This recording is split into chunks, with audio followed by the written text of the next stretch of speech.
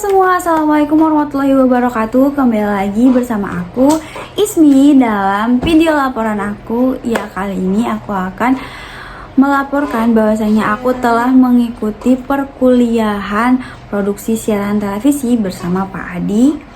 Nah, pertemuan kali ini tuh ke-6 ya. Nah, oke, langsung aja kita ke pembahasannya. Nah, jadi di pertemuan ke-6 ini yang presentasi yaitu kelompok 3. Mereka membahas tentang pengertian konsep jenis siaran televisi dan televisi sebagai salah satu komunikasi massa, teknik dan jurnalistik penyiaran televisi. Nah, kita masuk ke bagian pengertiannya. Jadi, televisi adalah bagian dari media massa yang digunakan sebagai alat untuk menyiarkan siaran yang merupakan gabungan dari suara dan gambar sekaligus atau audio visual, sehingga audiensnya dapat menggunakan indera pendengaran serta indera penglihatan. Nah, dalam menggunakan televisi, konsep siaran televisi umumnya siaran bertujuan untuk memberi informasi yang dapat dinikmati dan dapat diterima di kalangan masyarakat. Siaran televisi merupakan gabungan dari segi verbal, visual, teknologi, dan dimensi dramatikal. Verbal berhubungan dengan kata-kata yang disusun secara singkat, padat, efektif. Visual lebih banyak menekankan pada bahasa gambar yang tajam, jelas, hidup, dan memikat. Oke, sekarang kita masuk ke jenis siaran televisi. Nah, program informasi. Program informasi adalah segala jenis siaran yang bertujuan untuk memberikan tambahan pengetahuan atau informasi kepada khalayak audiens. Daya tarik program ini adalah informasi, dan informasi itulah yang akan dijual kepada audiens. Program informasi dapat dibagi menjadi 2 bagian besar, yaitu yang pertama, berita keras atau hard news. Nah, ini adalah segala informasi penting dan menarik yang harus segera disiarkan oleh media penyiaran, karena sifatnya yang harus segera ditayangkan agar dapat diketahui khalayak audiens secepatnya. Berita keras atau hard news dapat dibagi ke dalam beberapa bentuk berita, yaitu yang pertama straight news, feature, infotainment, dan yang kedua berita lunak atau soft news adalah segala informasi yang penting dan menarik yang disampaikan secara mendalam atau in-depth, namun tidak bersifat harus segera ditayangkan. Berita ini sangat masuk kategori yang pada suatu program tersendiri di luar program berita.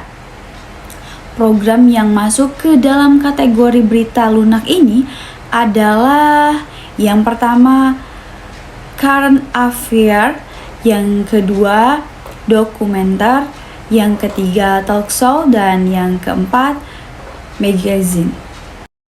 Selanjutnya, teknik penyiaran televisi.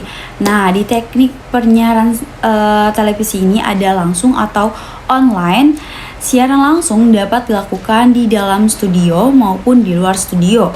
Siaran di dalam studio misalnya siaran acara atau program talk show, dialog, dan sebagainya.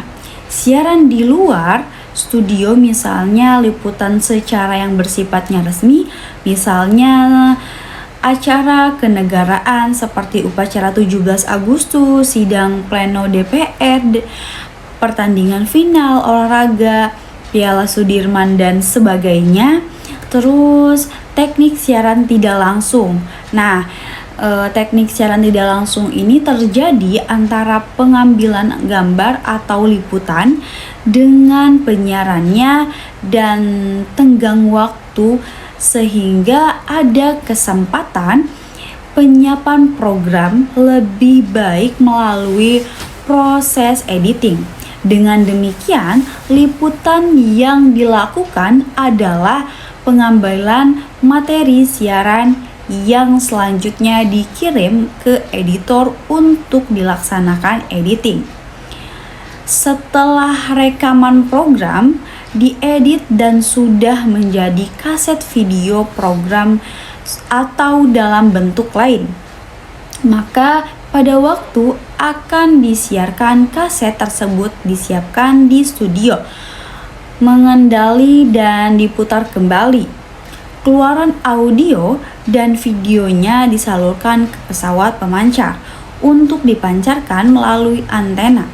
Dari antena dipancarkan dan diterima stasiun bumi ke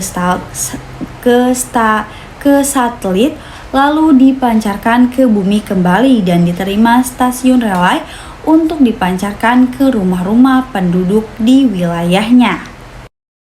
Masuk ke jurnalistik penyiaran televisi.